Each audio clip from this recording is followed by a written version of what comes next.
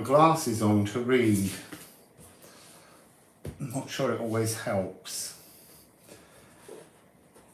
So I'm in Thessaloniki, which has taken me about a week to learn how to say.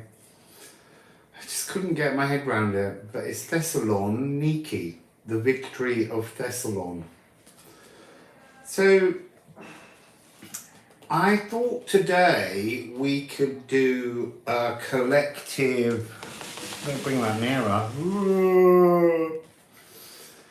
I thought today we could do a collective channeling, information gathering.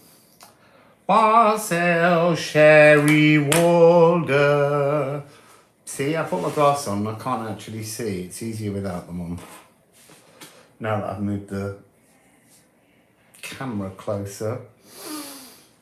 So we're going to look at, it's for the Alchemy of Astrology deck. I've been channeling lots of new information about the essential need for frequency on as many cards as possible so that we can, when we're using them, we can create melodies and see tunes that form that will be part of unlocking, well, I guess stuck things, stuckness. And although I have for Chiron, who is the nervous system, it's a pleasure. It's A sharp and B flat, which is in sound healing the nervous system, and it runs throughout your body all the way down your spine into your coccyx and then down to the soles of your feet. But it was suggested to me through my channeling that I have to set about the zodiac signs having a note on each of those. The moons in zodiac signs have notes. Wassail, Judy Bento. Oh, I'm so glad they're changing your life. We've got another deck we're making. When I say we, I mean all of us. And the problem is that I have in my sound healing, I stood a long time ago on a beach and I was told to move my sing notes and turn around 360 degrees. So I did this, and at certain points the energy would rush into the ground and would almost connect to the cosmos, and then I had to look up what planet or asteroid or whatever was in that region. So I did that, and I've had those for a long time, but the problem we have is I look at the rulership of zodiac signs to determine the keynote, and that's called essential dignities. So we're really trying to see if we can today together find an essential dignity, a rulership zodiac sign for both Chiron and Ceres. I suppose I could dig out Ceres and just show you Ceres, but I'm assuming I might shuffle the cards as well. So here's Ceres. And I thought that we could, when there's plenty of us, there's 9 of us. So it's about digging up information, not just about the asteroids perhaps, but the mythologies behind them. So Chiron is usually called the wounded healer, and I did a whole series of primal wounds because that's what it often refers to. There's an orbit of 50 years, and usually when Chiron comes back round, it's kind of, you know, what might trigger in many a midlife crisis. But in this deck, I thought it was more essential that Chiron was seen as the healer, because to be the wounded healer suggests that he was never without the pain of the arrow. And there's many different mythological stories as to how he got the arrow with the Hydra blood into his system. But there's also stories with Chiron that's all about him sometimes being the first centaur. So there's so many mixed messages that it allows us to sort of sift in and decide what we feel would work. I don't know whether you can see his face here emerging through. Here's one of his eyes, and this is his kind of centaur-y beard that's coming down. And the story is eventually, because he couldn't heal his life, he couldn't heal pain. They often say that he only felt free of the pain when he was healing another, that eventually he sacrifices his life, his immortality, to save Prometheus, who's on that rock, being constantly nibbled by an eagle. And so Zeus, his half-brother, put him into the cosmos. So at that point, really, he was healed. And we don't really have a sense of when in his lifetime he became wounded. It's like saying that's his only purpose in life, was the wound. And he will have had a life before. I mean, his primal wound was being rejected. But then in his adult life, he chose to step away from the other centaurs because they were too unawake. It's difficult. They're often seen as drunk and aggressive centaurs, which is often in mythology a way of talking about sleeping humans. We are full of trauma, anger, pain, and then you have an awakening and you try to heal yourself. So part of the journey is the awakened pathway. But so when he was a child, Wassail Eve.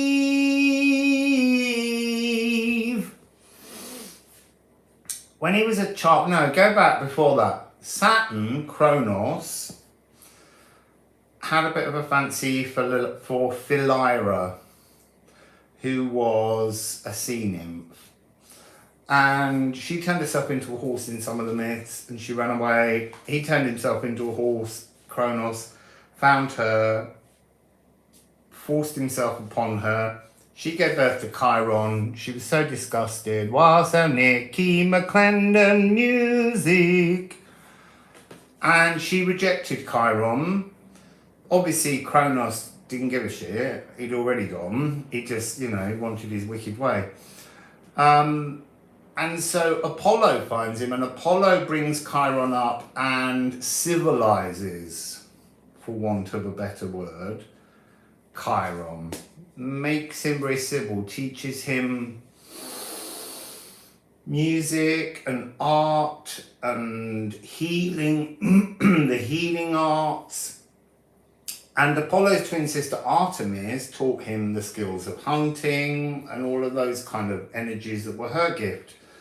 And then Chiron goes on to become a teacher, a great teacher, teaching so many of the heroes of mythology, arming them with the skills to see them through life. So there's a lot of energies inside Chiron. But what I'd like us to try and do is to think about which star sign, which zodiac sign would you most say he belongs to? What sign would he be the most happy in? when you dig about online, there is a lot of information. Wassail, blessed by the best, I'm so glad you love Liffruma. Wassail, Nicolette Fidel. Lost my train of thought now. So exciting. I'm going on journey tomorrow, taking this all to Bulgaria. We're going to Sofia. Oh, thank you. Maybe I'm being a Chiron. So, where was I can't even rewind it and check. So yeah, we're looking for the essential dignitaries of these planets. So yeah, online, I've found it now. When you dig about online, you find lots of different opinions and lots of people, there's no certainty. Not a water sign. I don't know, Eve, but what I'm going to do is with all the things that you come up with, I just want to make notes. I've been dreaming. I had a little doze and I had some dreaming channeling. I kept getting that his colour was a kind of salmon pink, which was saying it was kind of like a cross between connecting to your heart space in higher consciousness and your sacral. So I'll write that down actually. So one of the things that people often say is that Chiron would rule Sagittarius because it's a centaur, but he rejected the coarseness, the roughness, the uncivilized nature of most of the centaurs. Well, all of them. He went and lived in a cave.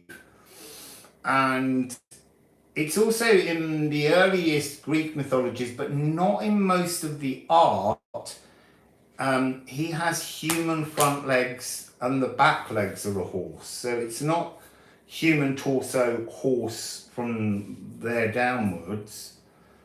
So there are differences within him, and quite often in the Greek vase paintings, he's seen wearing ordinary Greek clothing. So if you came upon him face on, he would look like a human. But out the back of his cape and dress, there was a horse's body behind him. So I don't know. It's the nervous system. What do we think about the nervous system? What do we think about the notion of, because we're kind of, in a strange way, we're sort of assigning possible pain. So maybe, you could say that it pains him to be among the centaurs. So maybe that's an energy in which he falls, because there's 4 different types. There's being exalted, there's rulership, there's fall, and there's detriment. I'm not so worried about the others. I just want to assign him a place of rulership, a place where Chiron would be happy. And I'm hoping that because lots of you will be different star signs, zodiac signs for your sun signs, you might get under the skin of feeling, do you want him? Wassail, Artemisia Celeste. Hello in Sweden. I think I might have to put my... Oh, I haven't done it. I wanted to make the temperature a bit cooler. It's getting hot in here. So what can we find out together? Wassail, Julie Bento. Gemini feels true. Gemini, yeah, because I often think of Gemini as having... It's a good point. Geminis often have a kind of an anxiety, an overthinking frequency. Yeah, this Virgo would not pick Virgo. No, I've got a funny feeling when we get onto Ceres later, there's something of the Virgo in Ceres. But again, I don't know. So I'm going to write down Gemini, which is obviously mutable air.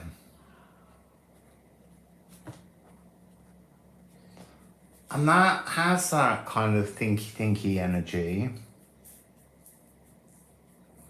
Yeah, in some myths they do say that. I mean, this is Chiron though, not Charon. Chiron is which is Charon. This is Chiron the Centaur. But there are links to the water deities, and his mother was one of the water deities. Oh, now then, Ophiuchus makes really good sense, and I'll tell you why when I've written it down.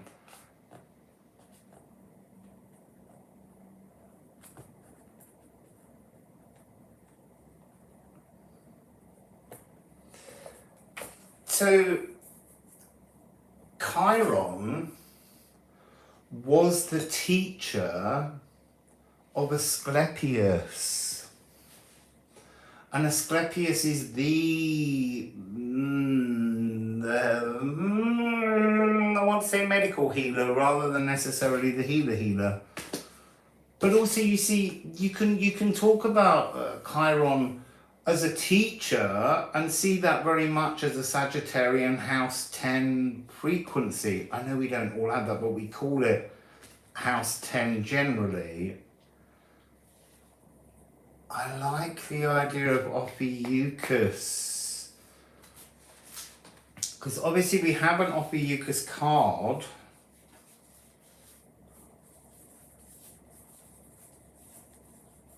So what I'm going to do in a sec is I'm going to shuffle some of these. Oh, Eve, you could get your deck and shuffle some, because you've got the deck, and just get a few cards, and then we can see whether the cards are helping us to say yes or helping to guide us away from something. So come on, where's Ophiuchus? There it is. As I said, where is it? It appeared. So Ophiuchus, House 13. Remember, Ophiuchus is Asclepius. And the snake is what he offers. He's the snake bearer. And that's serpents. Yeah, I'm liking that, Blessed by the Best. I'm liking this notion. I'm very much into this.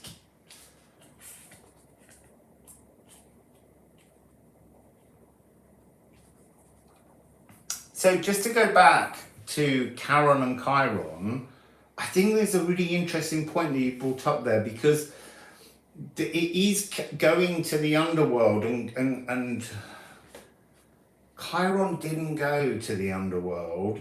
He was deified into the cosmic stars, but there's something about the rivers, and I think in some of the mythologies, I think he had relatives who were part of the energy of the river Styx. So it is interesting. That's like one of those energies where there's something about sublimation in this energy. So sublimation is going from a solid to a gas and missing out the liquid. So it's almost like Chiron's death was to miss out the emotional water energy. So maybe water is not a sign that Chiron is comfortable in. I don't know. Soot came out. You see, that's interesting, because then that's bringing us into the realm of not prima materia, massa confusia. So like you kind of imagining getting headaches from trying to teach and suppress all the pain. I will write that down in a minute, Eve. I'm just trying to find it myself. You can't go with the numbering on this deck though, because we've changed the numbering. It's gone up from 91 cards to 99 now. So I don't think this one's 88 anymore, but so Massa Confusia. So Eve. You see, there's something about this because in the Liffruma deck, this is a punctuation mark. It's also the Maltese cross. But there's something about it that's a bit like you've been branded, like it's marking the wound. It's creative chaos. So maybe, see, now I'm getting the idea that maybe he was a better healer when he was in pain.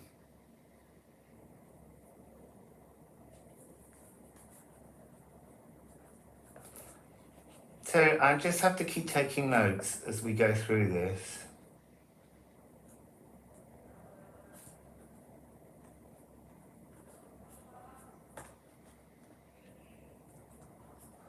Endings for beginnings. So maybe there's something about by ending his immortal physical life and becoming deified, so that energy of jumping from sublimation. Sublimation is the alchemically Libra. Now, I don't know whether I feel Libra. You pulled Ophalagu, you see, and that's mirroring and balancing. So there is that sense that he was wounded to heal. The transformation to find and search for that new frequency, to be given a new mantle, the cosmic healer. So let me just put down Ophalagu.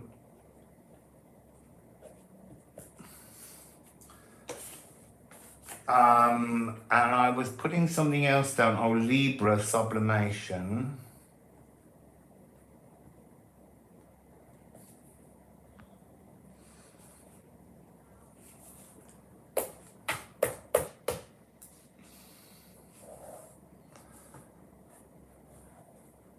But it's interesting that we've now had 2 air signs.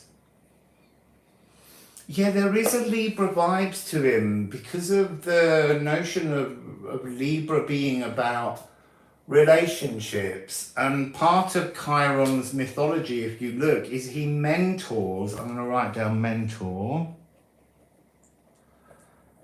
He mentors others. This deck is becoming much more musical since I was at Delphi. And that's why we're seeking to find a place to put the notes, so the musical notes can help us to create chords that would help the healing and melodies that would help the healing. So let's just find, oh no, I've got it there. I'm going to look for Ophiuchus. Bolt from the Blue, Asclepius the Snake Bearer, Cosmic Serpent, Resurrection. You see, and that's interesting because within the mythology of Asclepius, he almost became complacent with his healing gifts. So I'm just going to write down the complacent.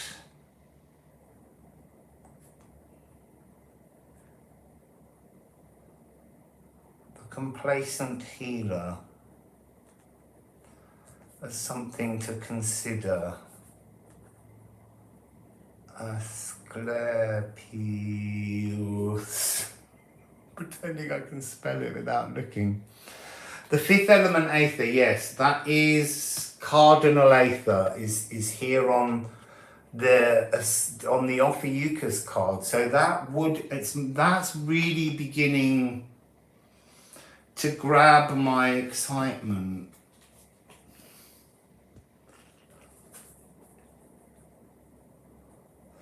So I'm going to I'm not going to put them in. I'm going to put Soot back in, just in case it wants to come again. I'm going to give a little rifling of the cards and see what kind of areas. You see, I did get this morning when I was just testing this out, I got a lot of moon cards came out.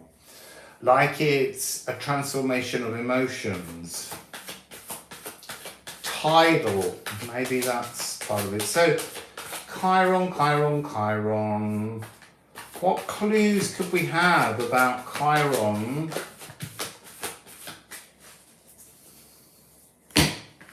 So the first card out was Destiny, North Node. So there's something about, he was an amazing oracle. Maybe he knew his own fate. Maybe that's why he asked Zeus, his half-brother, to sacrifice his life for another. Oh my goodness, I didn't tell you. On my way here, I went up Mount Olympus. But it was so hazy, I couldn't take a photograph that would demonstrate the view, but I was just like, I'm on Mount Olympus. This is where the Titans come from. And all of the Titans are Chiron's half siblings.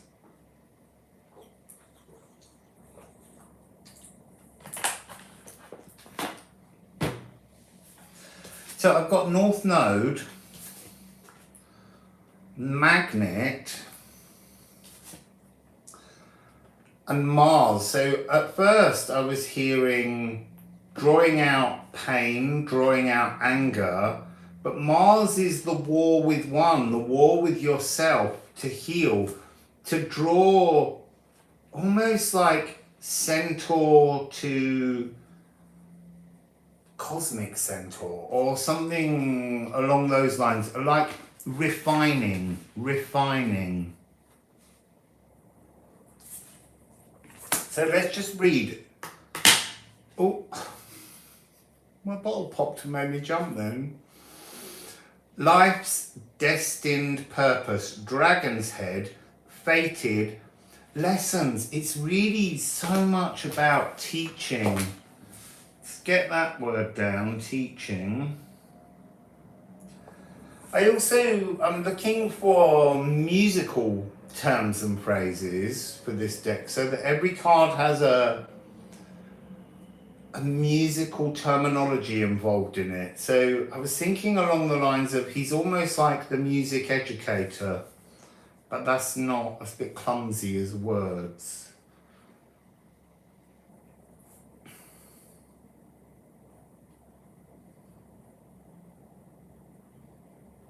The music mentor might be better. Musical mentor, musical mentor. So, what was I writing down? Teaching North Node,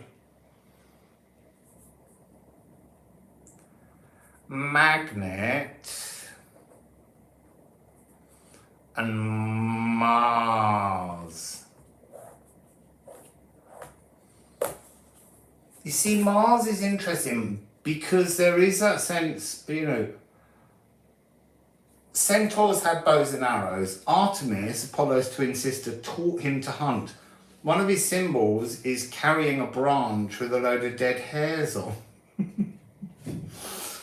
But when I see the hares, it's kind of like, to me, it's symbolic of the moments when pain overtakes the brain and draws on that madness of a March hare, that notion of every time he almost died through some kind of anxiety, some nervous madness that came upon him, and rebirthing again.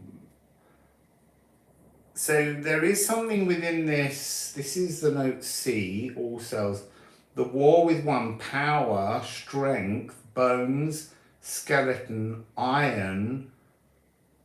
So I'm picking up the energy of a lack of copper. I don't know what that means. Lack of copper. Anything else any of you are getting? Sorry, I've got a bit carried away then.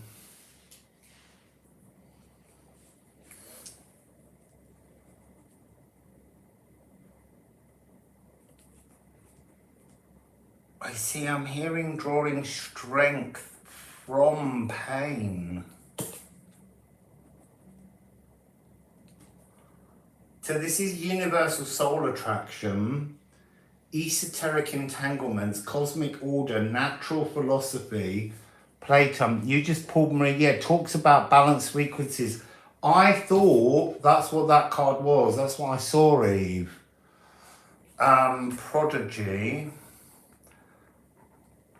I have to check that Prodigy isn't on Dark Moon Lilith. Sorry, I need to go back to what Eve said then. Yeah, Maria Prophetissima. I feel like there's something to do with him alchemizing pain. So I'm just going to write that down. Alchemizing pains. It's a bit like the healer shaman. You know, you talk about someone who is a shaman, and it's the idea that you can't be a shaman. You can call yourself one, but you can't be a shaman unless you've been through pain, because you can't alchemize another's pain or assist them on their journey if you don't know pain. So I was going to look for Dark Moon Lilith just to check on that word. Not that it has to stay on Dark Moon Lilith. I think she's called Prodigally Empowered. Yeah, but it's her. So Dark Moon Lilith is prodigally empowered. And that's because she returns from the Red Sea and her exile and her demonization. So now let's look at Mars. No, we did Mars. I wanted to look at Magnet, Cosmic Order in Playtime. There's this really weird phrase, transhuman sexuality, that got channeled. And I've never looked into it. It must have something to do with other than human, beyond human.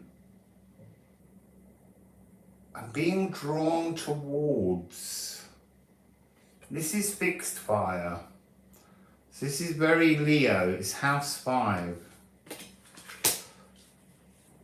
There is a lot of fire, and these two with Mars, cardinal fire, fixed fire, we're missing the mutable because he won't go there. Because it's Sagittarius. So I really feel that Sagittarius is not. So I'm just going to write this down. Hang on, we've got fixed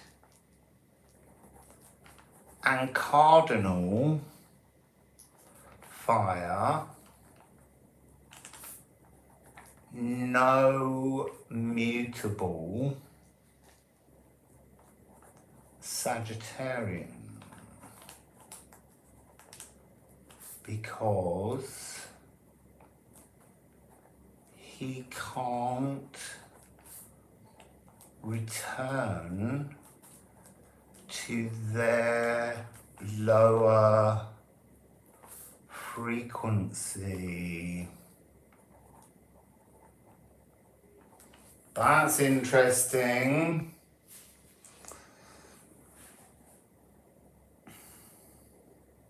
You see, that would explain why he can't heal himself. His only way of healing himself was to return to the realm of the Centaur. And he just couldn't do it because he'd been refined and educated and he wouldn't go back into that area. Wassail Candy Rose. So I'm going to shuffle Liffruma and see what Liffruma has to offer on Chiron, offer on Chiron, offer on Chiron.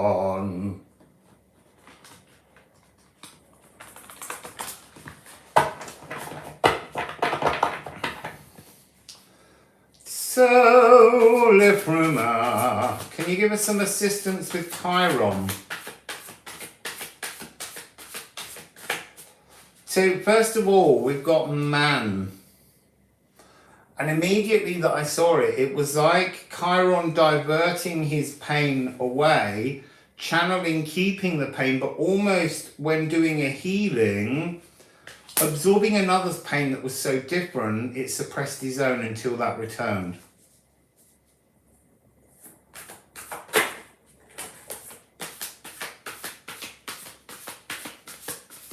Hasn't cooled off here, Kelly. It's red hot. Lagoo.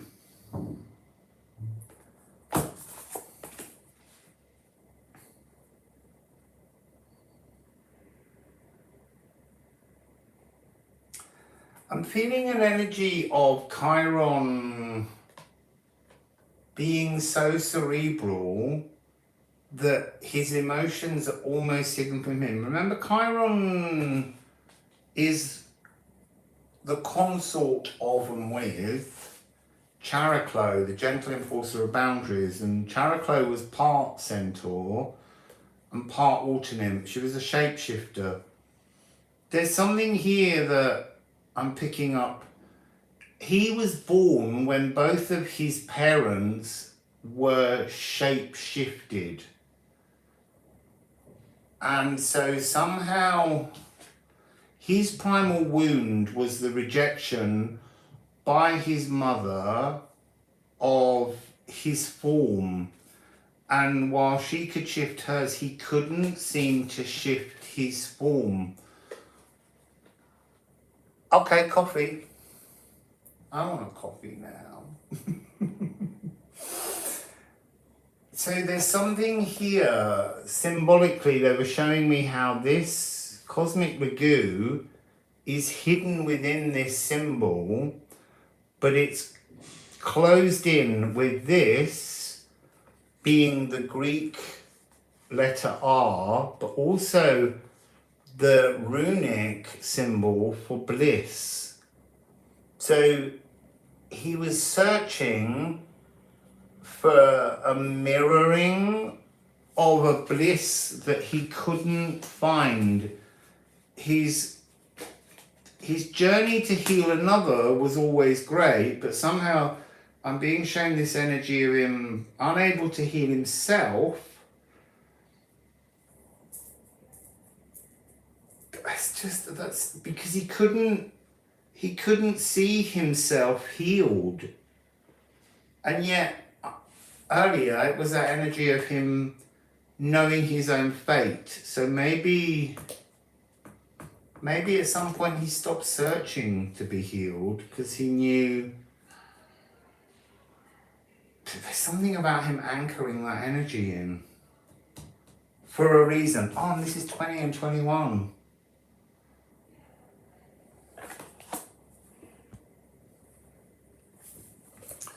So, I need to put this down.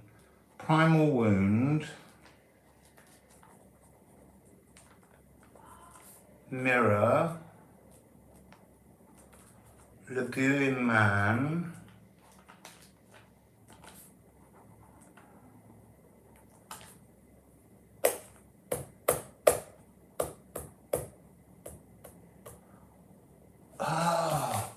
You see, now they're showing me these as the Centaur bubbles. What did he know about the Centaur bubbles?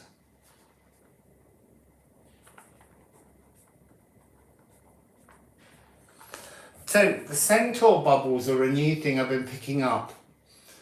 Pholus, Chariclo, Chiron, and what's the name of the other one that begins with an N? It's not in the deck. They create Centaur bubbles. They're almost energetic woundings that rise in us at different points for us to catch hold of and transform. Maybe Chiron was the instigator, the creator of the Centaur bubbles. I'm not taking those two. I wasn't asking a question.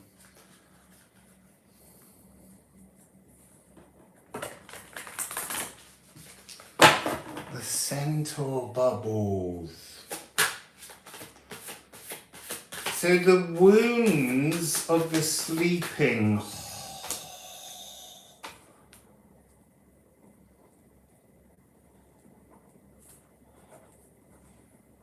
Hi Eve. The wounds of the sleeping. We're on Centaur bubbles, Eve. We think Chiron may have been the first to experience that notion of the Centaur bubble that rises through you. There was something else that was coming through before I interrupted myself. The wounds of the sleeping. Let's just go with this. Centaur bubbles. What can you tell us about these Centaur bubbles?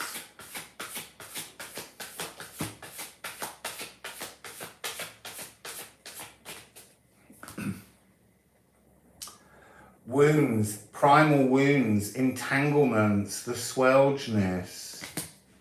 Let me put those over there. These are so distant that they're not. These are so distant that they're not truth. So it's really interesting. Can I get all of this out before I forget it? So in ancient Greek, the word for human is almost us in our normal, crass, centaur, drunken, chaotic existence. And then they have another word which is based on anthropos, which is an enlightened individual. And this symbol here is a very early form of the creation of the theta. I think it's the theta symbol. Wassail Kathy.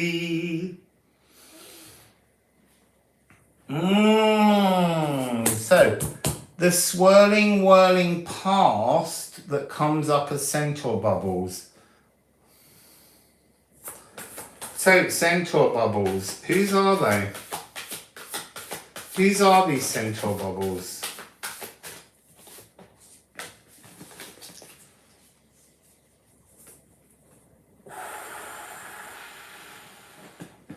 Interesting. So we have the hang true. This is seeking wisdom. This is the desire to move from being zombie, asleep human, to being awakened anthropos, spiritually enlightened. Opening your own personal Gununga gap. So it starts with the swelgeness of the past, the bubble, the Centaur bubble, rising from the bottom of the well. So they're oh look, that really matches. So they're showing me this because this is the gallows. This is the energy of Odin hanging upside down, waiting for wisdom. And what's the first wisdom that would come up to Odin is a Centaur bubble, some dark trauma of the past. And this is what he wants. He wants the flow of the future in the now. Interesting Nordic information. You are defined not by your past or by your future, but by the moment in the now that you exist and choose to live in right now. So Chiron has something. Wassail, wild wolf woman. Anya.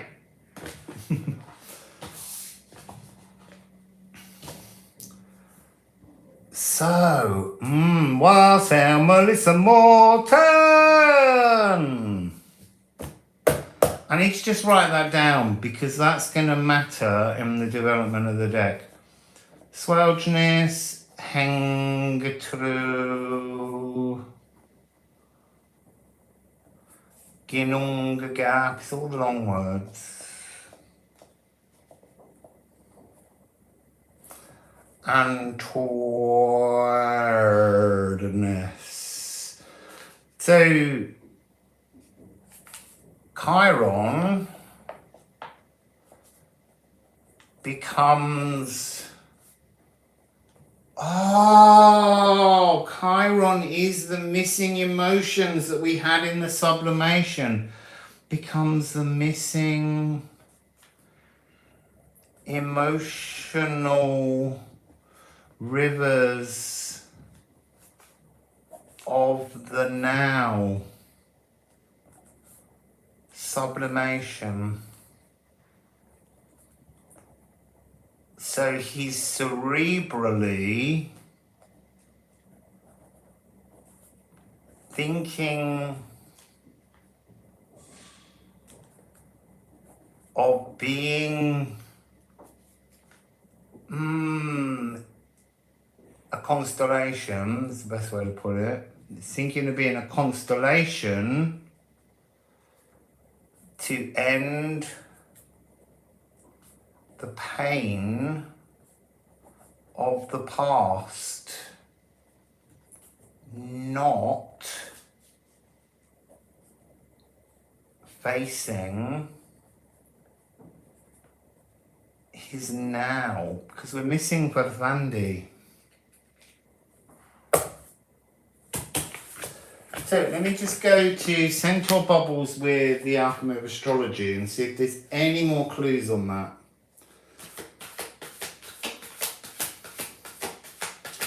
I think we found a lot of stuff here, people. Thank you. So I really think Chiron is Ophiuchus.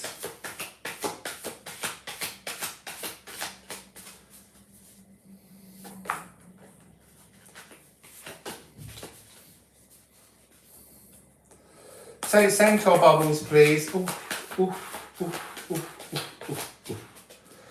Interesting, it's planet Earth and salt. So it's saying that the Centaur Bubbles are wounds of the physical world, planetary wounds. Oh, look at the symbols. So when your consciousness comes in, you are materializing salt. Now look, if you've got a little cut in your body and you put salt on it, it stings. So life stings. And that's what Centaur Bubbles are teaching us. They're rising up in that Lagu frequency that we had earlier. All these little Centaur Bubbles to be transformed. So, what do we have on these? This is fixed modality again. So this is Taurus, Leo, Scorpio and Aquarius. What did we have earlier? We had, where have I put them? Oh, I must have put them, no, I can't have put them back. Where did I put Mars and that lot?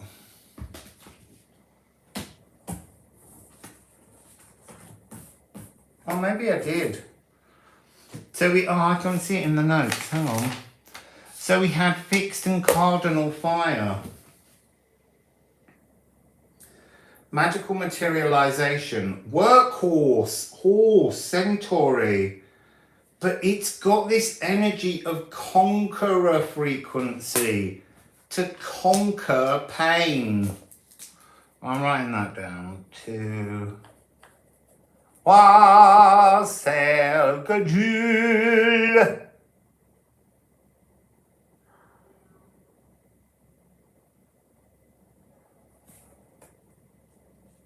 To conquer pain. Now, I still think it's off a Eucharist Eve. I really do. I think it's offering that chance, but I think it will have shades within the other energies. I think it's got to be something to do. The fact that he won't visit mutable fire. So, oh, wrong deck. Anything else before we go on to Ceres? Chiron, Centaur bubbles. Eve. There you go, Eve. It's back. This is coming across as like night in the other deck, like an inner troll, like a branded pain that you have to conquer. Ah, look. Look, looky, look, look. He believed that by taking out the descent from consciousness, the pain could go away. And it would have deified into the heavens, but he just didn't face his emotional truth.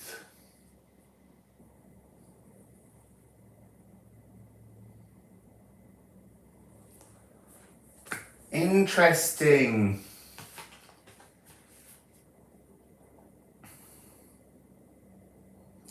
Universal Solar Sigil, Earth Grid Anchor. You see, I'm really sure here that these Centaur bubbles are triggered by, on your birth chart you have astro lines. On my Mars line, and I suffered a lot of pain over my mouth.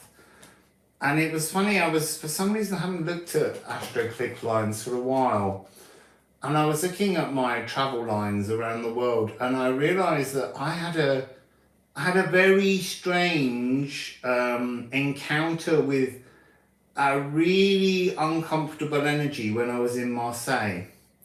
And it was on my Mars line again. So, not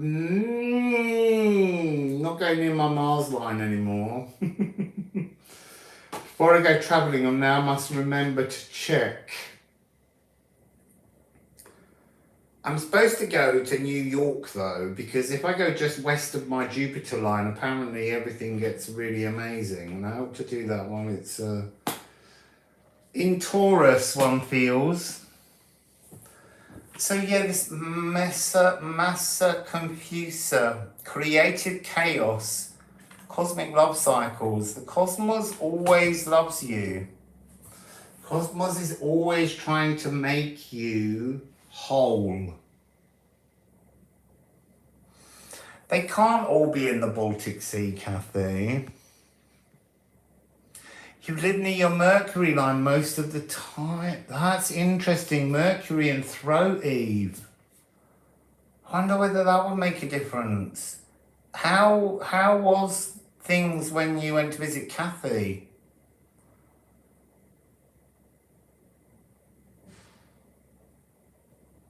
Anyway, I'm going to pull those back and we're going to move on to Ceres. So get digging, get your mythologies on Ceres out. See if you can discover who is the Greek equivalent. Wassail Tracy J. So Blessed by the Best, really inspired when you said it was off of Lucas. Yeah, you see, that's interesting. I think we should look into our lines. We should all dig them up and see if we can explore experiences we've had when we visited them. Because I've been near my Sun and Destiny line in Buenos Aires. Didn't quite deliver what I thought it might.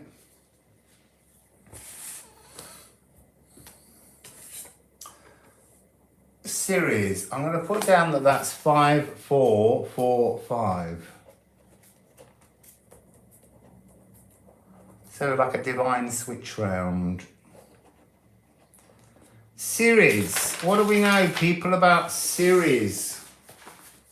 Let's have some information from you all on Ceres. I've got lines near Kathy. I've got my Venus line.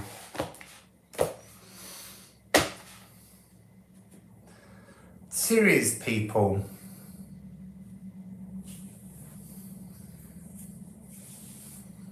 Ceres, yes. Demeter. Wassail. Oh, sorry, I thought I hadn't seen you before, but I had. As soon as I went in and I could read you. Yeah, so she's Demeter. Now, there is a celebration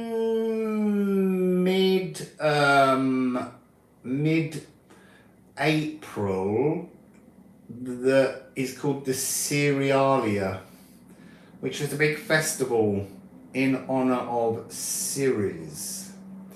Whereas in the Greek Demeter version, her festival comes at sort of harvest time, but it's not about the harvest, it's about the planting of new seeds. New seeds being shown to the old seeds so that they remember the cycle of their purpose. What else do we know about Ceres? Ceres is the sacral for me. Wassail, Joel. I can't remember. There are lines that go through Canada. I think my Jupiter line does somewhere. Might be like Nova Scotia. But I have been to Canada twice. I loved Canada. I first came to Canada about 30-something years ago, when I was just 17. So Ceres is the seat of the soul, she's the sacral. Oh yeah, Koa came from that part of California. And I do love Koa. This is about sowing and the harvest. This is about emotion and truth. This is about the luminescent mortal. Also, water planter. So what are you getting? What we're looking for here is not just information on Ceres. We're looking to find her a place of rulership. She's the goddess of grain, cereals. So I'm kind of sitting quietly, waiting on all of you. Yes, produce, so producing, feeding and produce.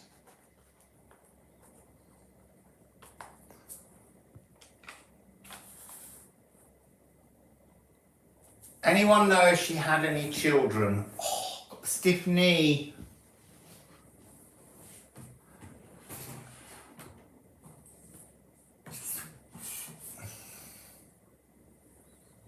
Yeah, it is. That's why I love cereals. And in fact, there's a statistic, and I can't be quoted on it, but it's something like up to 70-something% of the human diet is cereals. I don't mean breakfast cereals, but I mean things we consume derived from seeds.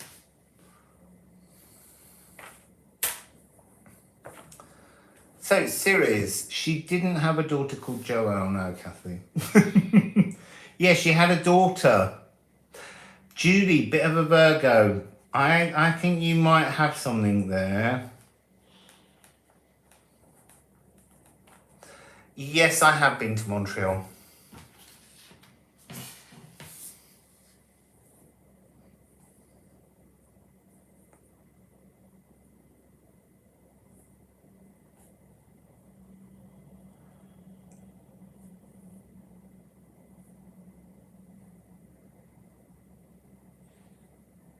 Come on, I'm waiting for a name for the daughter, people. I don't want to give you all the information. Nourishment is very true.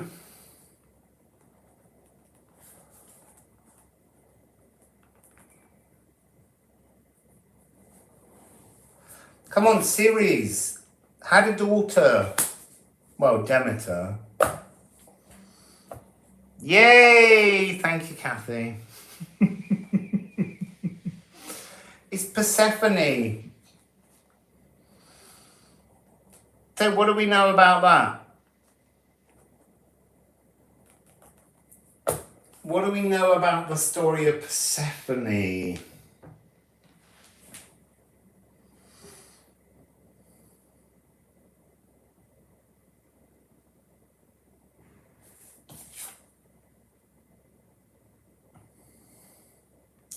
Seasons. Seasons, though, Eve, as basically summer and winter, or spring and autumn, but like as if there were two. Became the queen of the underworld, yeah. So, Wassail, Lex Gibson. So, Ceres had a daughter. Her daughter was Persephone. And every time someone came for her hand in marriage, Ceres said no. So there's something of the smother love in this frequency sometimes. When the seat of the soul tips the wrong way, you get that smother love. Because she was lacking something maybe in her own soul that she saw in her daughter. Remember, from the sacral that we birth children. Well, not me. So, Aphrodite tells Eros to shoot Hades, king of the underworld, with an arrow so that he would fall in love with her and she could have all the riches of the underworld, because she can be a bit greedy for wealth and property and jewels, can Venus, or Aphrodite. And so Eros shoots Hades. Hades then sees Persephone and falls in love with her. And I always get the feeling that Persephone just kind of went, sexy bad boy, and went down there with him. And then Demeter wanted her daughter back, and she was so furious that her daughter had left that she stopped everything growing. Everything died, and people were starving. That's quite a serious mythological, pathological energy.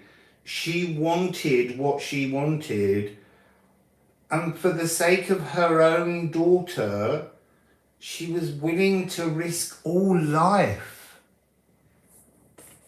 So, eventually, Zeus tells his brother Hades, you have to give Persephone back.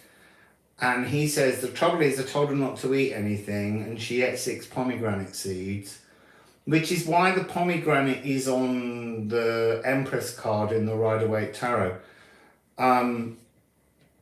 Because there's something of the energy of Ceres. So she gets to come back for 6 months of the year, living above ground, everything growing, and then she goes below ground and everything dies. But Persephone likes being queen of the underworld. She likes being partnered. So, back to Ceres. Sorry.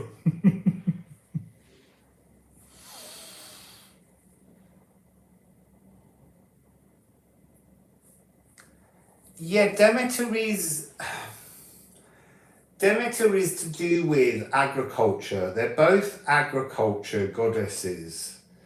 And that's the nurturing of the land. So in terms of the story as we've told it now, what zodiac signs are you thinking would be of the most pleasure to Ceres?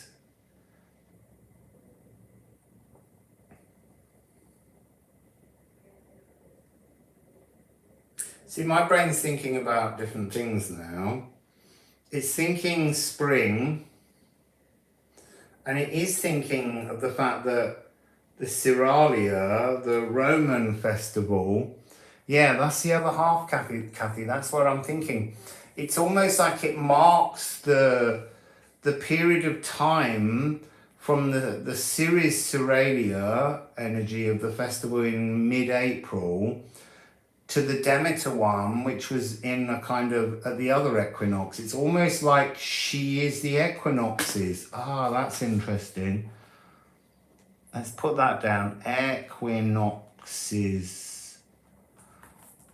So I often get the energy of, when you look at Virgo in its very oldest original sense, from the kind of Persian and Sumerian times, Virgo is the second largest constellation in the heavens, and it used to actually hold Libra, but it also holds the frond of Urea, a date palm, which is to do with the harvest, but it's also to do with the furrow in which you plough seeds and plant them. And the notion was they planted seeds after a harvest. They didn't leave the ground. Somehow they planted the seeds and left them over the winter so that they would then come up. What always strikes me as odd about that is that would you risk the preciousness of seeds to be eaten by other creatures all over the winter? But maybe that was part of the process of sharing with the natural forces of the world.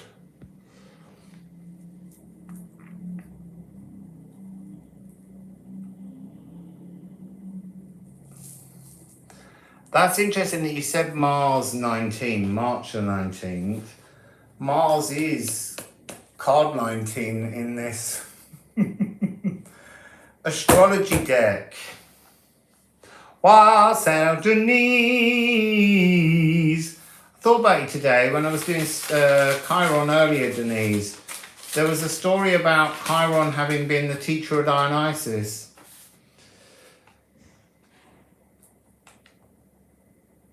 I can't just at the moment, Anya. At the moment, I want to just keep focused on Ceres. If you remind me towards the end. So Ceres is about agriculture, seat of the soul. This notion we're thinking equinoxes, so April right the way through. So maybe she's got this kind of rising energy. See, the thing that comes for me is that if she was Virgo, which is my default notion that's percolating in my head at the moment, it would be coming at the time when her daughter's about to go away again. So maybe she has this frequency of the nurturing produce that she creates that sustains life through the winter is a reminder to her of a moment when she almost caused famine. And so maybe it's important to celebrate her. Maybe she does feel good in the autumn when she now remembers, my daughter likes her husband down in hell, Hades, underworld. And maybe she has her own little projects in life now, and maybe she's accepted her daughter's independence. I don't know. Are you on the 21st, Denise?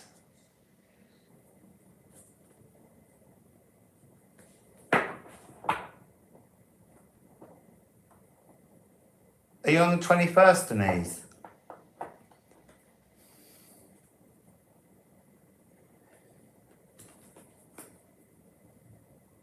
Yeah, exactly. I was going to say Kathy's the 21st.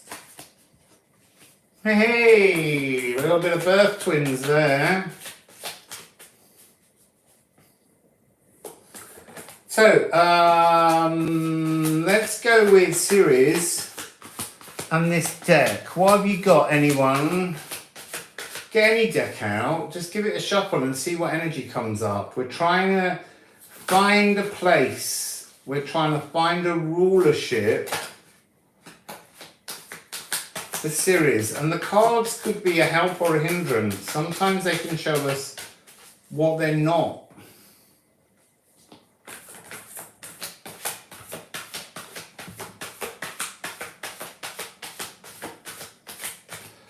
So I've got this hidden energy of Juno.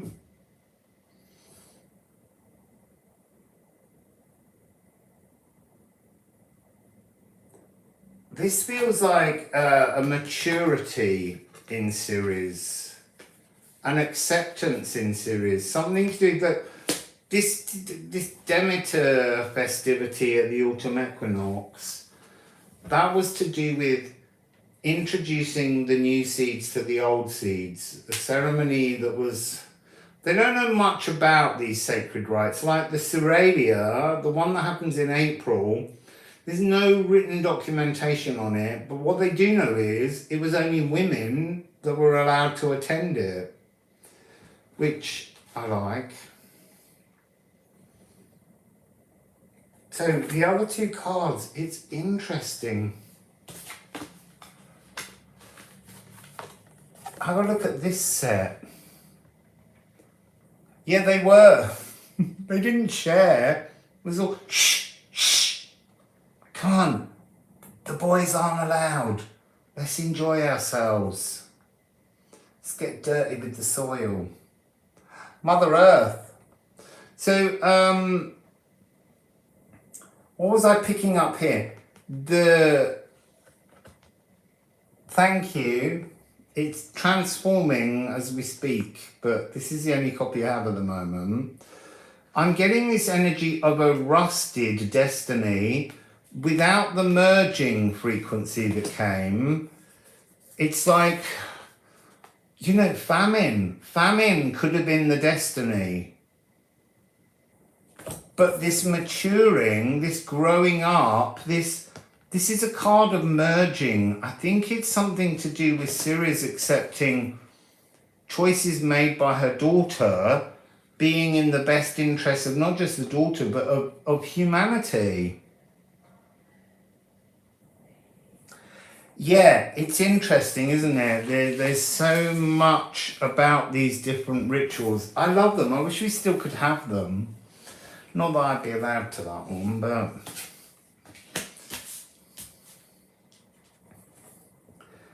So this is interesting. This is a divine, this is a 13. This is an inspired energy to clean up an act. This is being masked.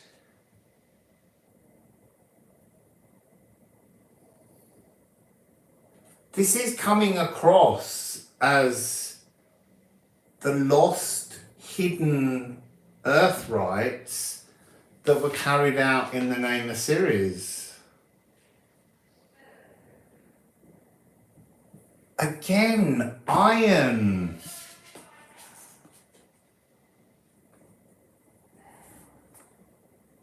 Iron. Again, I have to write down iron.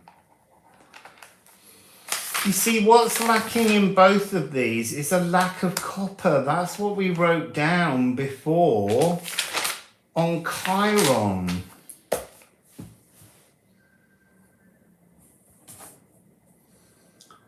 And this is possessions, the rusted energy of possessions. There's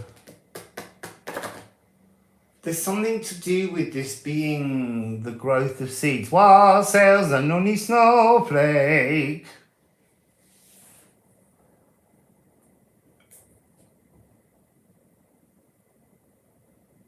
The mask is the secretiveness, the old and the new seeds. It's almost like wisdom sharing, merging wisdoms. I feel like there's what's missing in this story of Ceres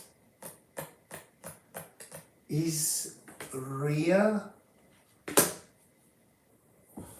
Who was Ceres' mother? Who was Ceres' mother? Ceres is one of the Titans, isn't she?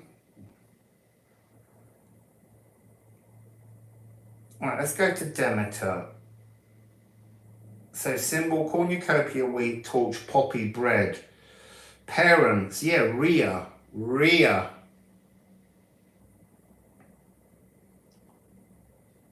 And she is a mother goddess.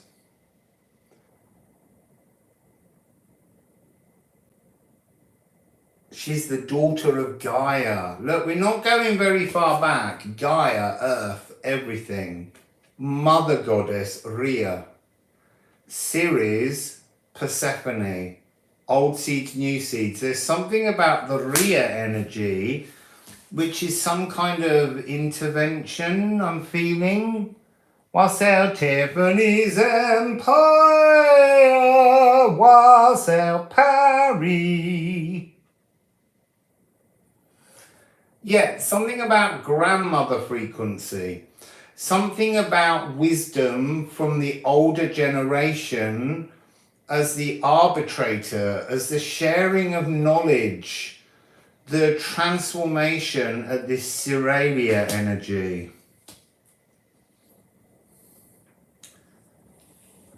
So Rhea is flow. Rhea is a spiritual journey. You see, you know, again, we're coming back to this notion of, yeah, she's a titan, she's a goddess, but there's something, a lot of the stories of the gods, not just in Norse mythology, but in Greek mythology, they start out as pretty awful, callous, careless people who have to learn to be more divine. There's often arrogance.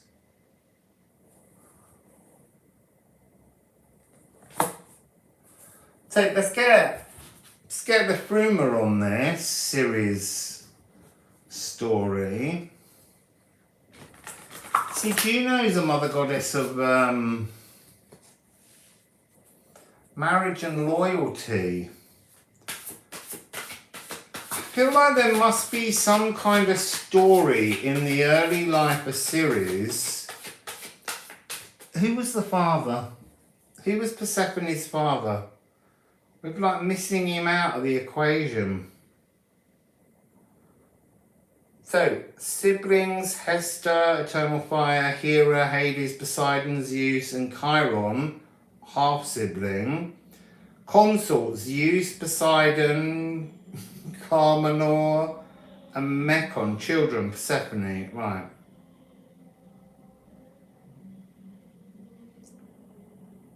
Yes, Zeus and Demeter.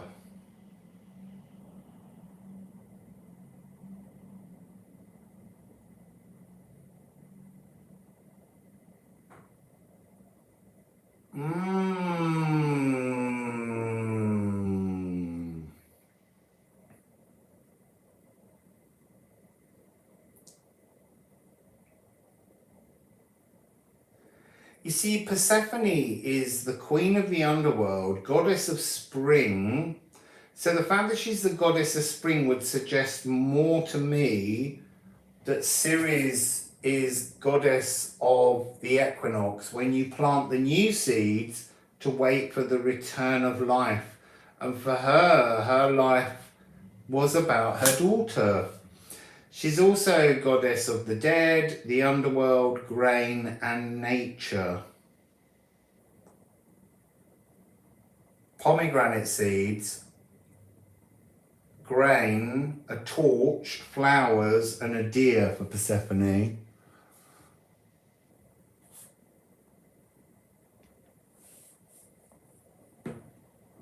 Yeah, it's true, Lex. I think that that's part of this energy that we're picking up here is, you know, grandmother wisdom. I wanted to say like mother wisdom, but it's more than mother wisdom, because grandmother wisdom has got something to do with that difference between a mother relationship and a child and a grandparent relationship with a child. Wassail, read the golden.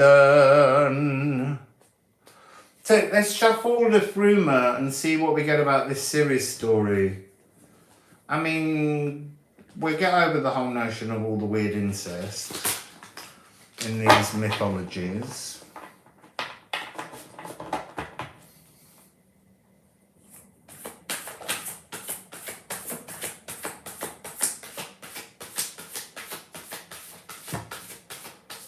See, now that's interesting. The very first card that turned over was Heartache.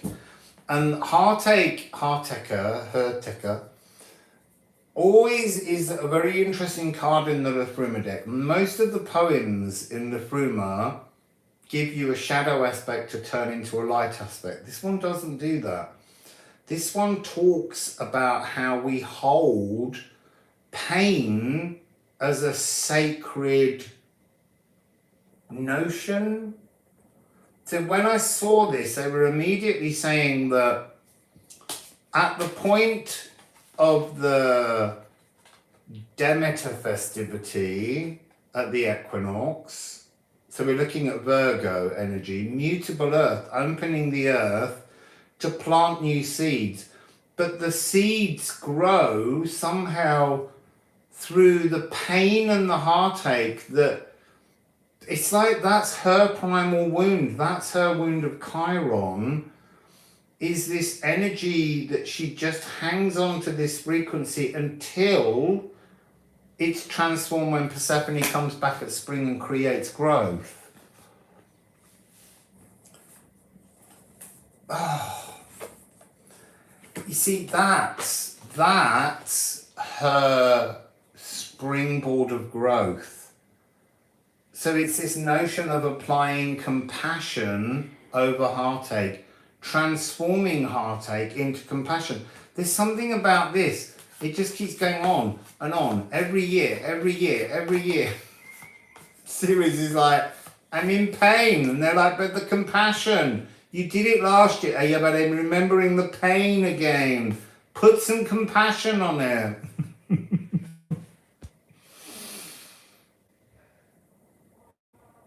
Yes, exactly, Perry. Some seeds don't run true. And that's that every time. She's like, but this little seed might not make it. Put some compassion on it, Ceres. But what about this little seed? It's in pain. It's like, put some compassion on it, Ceres. You're the one victimizing yourself with the notion of pain. Put some compassion on it. This is wisdom. Tyr, I want to say, he's now coming across as grandfather wisdom. Absorbing pain, divine masculine energy in all of us to absorb pain. So this is the natural world heart, the Saturnian Cronus heart, that energy of the natural world, the greenness of plants, absorbing the pain, detoxifying, unrusting. I think we're getting there. I think we're getting there with Virgo. And then applying the compassion, and you get new growth from the ground. Spring.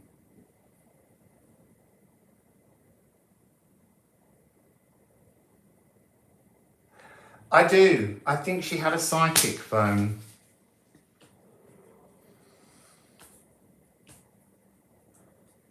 But it didn't get a signal underground. So I need to just make some notes. Talk among yourself for a minute. So detox through plants. Virgo, pain plus compassion equals spring. The furrow, ploughing the land, preparing, mulching, planting. You see, it's the emotional. The water planter is the emotional seeds.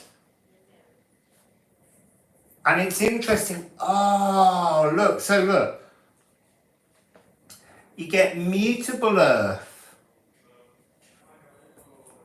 And the compassion is the sacral, is the water being planted through seeds, through notions of compassion into the earth.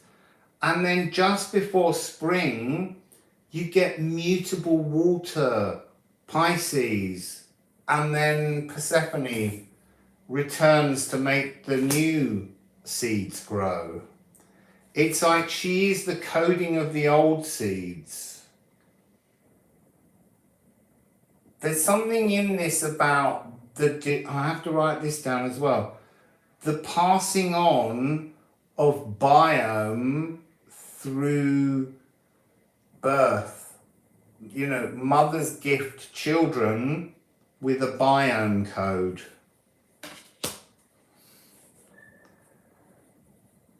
Birthing biome codes.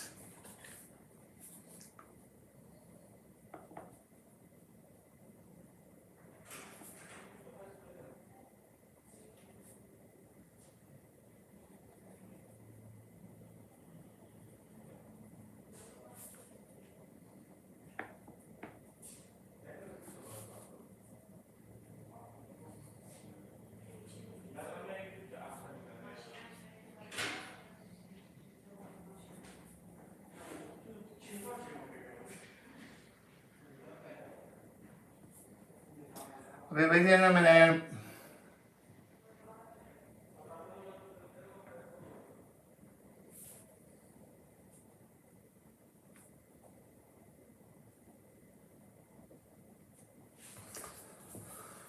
So I'm now getting to that energy which Kathy was talking about earlier, which is the ungendering to regender. It's this energy of seeking the mutable balance in the physical world of between your masculine and your feminine. It matters, but they're not coming across as parental. They're coming across as grandparental. They're coming across as ancient wisdom, older generational wisdom of regendering or reconnecting but balancing your genders. So I'm feeling really drawn to Virgo at the moment. The Ceres, which means that Ceres would then have, oh, that's interesting. So Virgo would have D and G sharp, and that's the devil's interval. That's the midpoint of an octave. It's the exact point. It's something that waits for resolution, and mutable air, mutable earth, mutable anything is something waiting for some kind of resolution.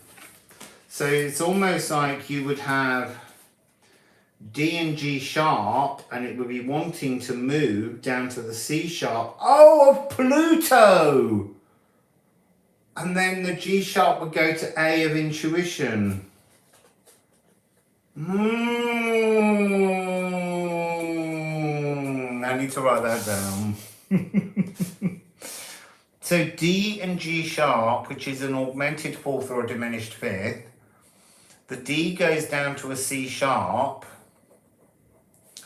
So that's almost like saying Ceres reaches out a hand to the son-in-law she didn't want.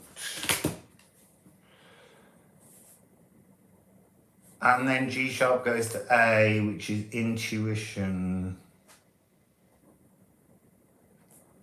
It's like the tension in her life, that is almost like, I need to just write that one down as well. Her Techer, that's almost the diminished fifth. That's that tension that's waiting for resolution. And then this compassion that comes on is the C sharp A, that lovely major sixth, just bum, pum, a cadence.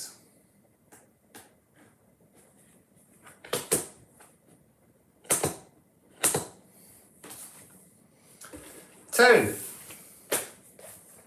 that was all exciting. I liked that, people. There will be more of these as I work my way through the deck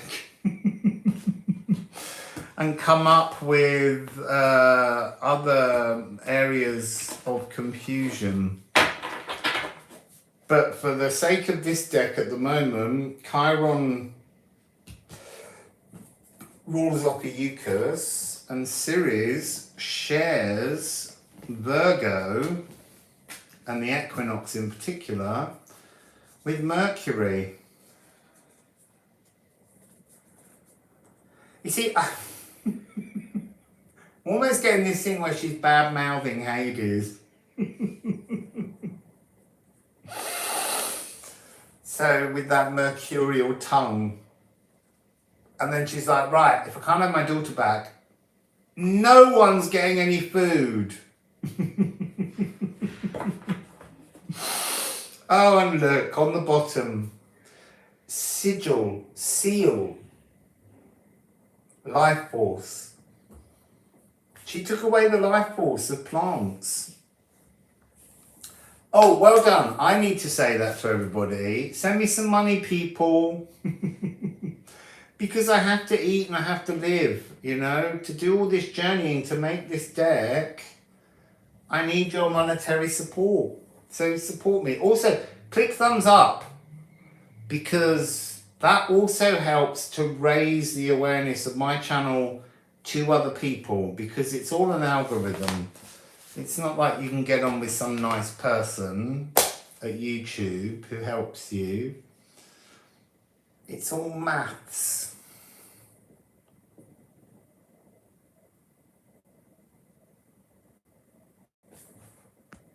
Oh look, Zanoni, you need to go to my Rustling Around website. I just see if I can find it really quickly. I can't remember the name of the article, but there's an entire article about the planets. Oh, I've opened the wrong page. Don't know how easy this will be to find because it's such a long time ago that I wrote it.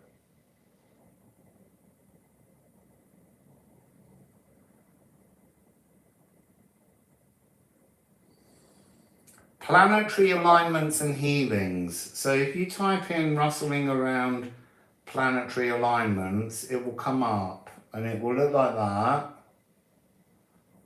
with how I used to look. And then in this article, it talks about how heliocentric energies of notes come in. So you might be able to click on that if you can read it. Tells you the planets. Yes, it does, Parry. When people talk with each other, it shows community spirit. If we only ask simple things about ourselves, that doesn't help the algorithms. People having conversations together helps the algorithms. So yeah, there's the general planets and their notes for the parts of the body and the energy centers. And then I think, yeah, then there's a bit about each page.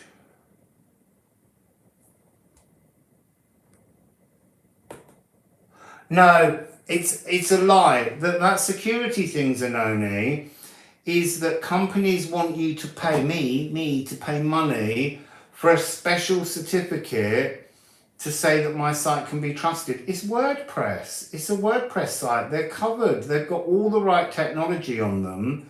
But in order to keep it, they scare people to stop you looking at it because I haven't given them a large sum of money for a special certificate that says it's a real website and not some kind of, you know, hacker trying to infect your computer. There's nothing wrong with the website.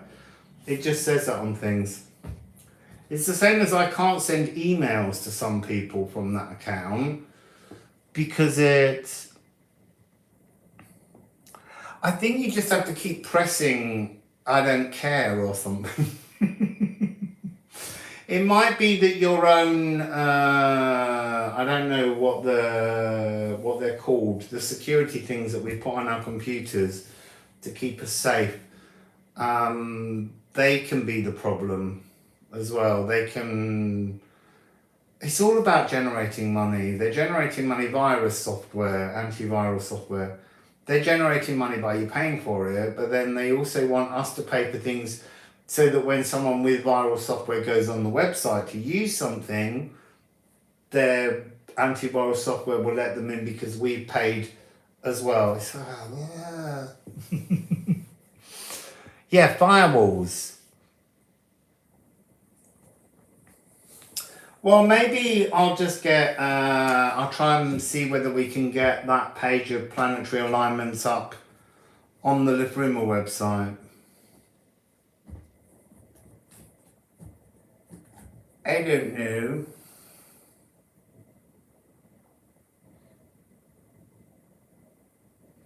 Yeah, exactly. I can't be bothered to learn it half the time. So, Anya, I'm going to throw you a card just quickly. But I can't do everybody.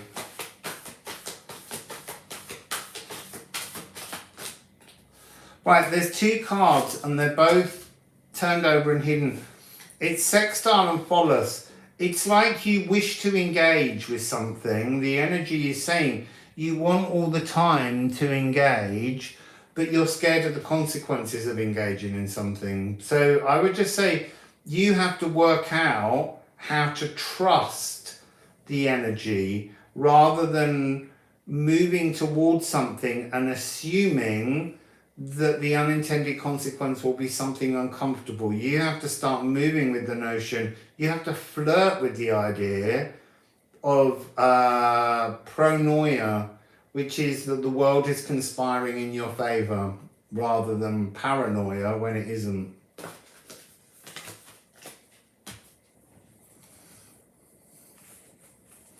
So any other thoughts? Any other thoughts? I don't know whether she's still there. She's probably not because of... But it doesn't matter. It's there. We put it on.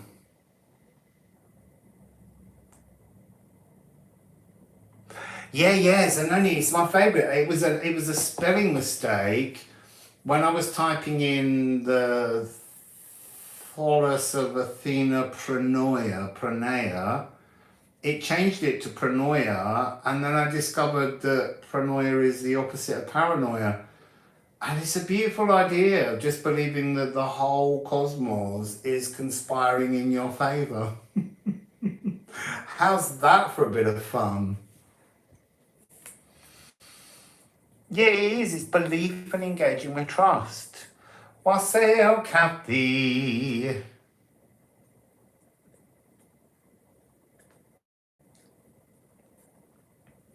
Right, I'm going to go and have some dolma, or dolmades, as they seem to say here, which is rice wrapped up in vine leaves, which are quite delicious. So, tomorrow we're off to Bulgaria. And then we're off to Romania.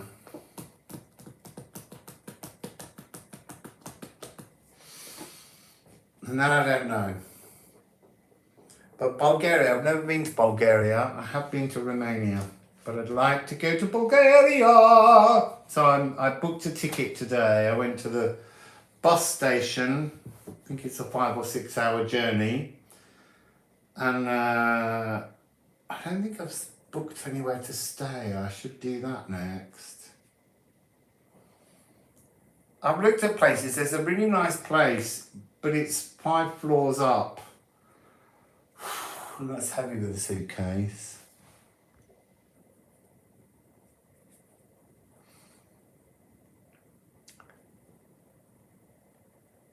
So, beautiful, beautiful, beautiful people. Thank you so much for helping us narrow down some places for the rulership of Chiron and Ceres. I'm sure there'll be lots of astrologers who will tell us we're wrong. But we channeled it. So, have a beautiful rest of your Sunday. What's the time here now? It's 4:30 in the afternoon. Wassail, Rachel Hune. So I'll see you next time in Bulgaria.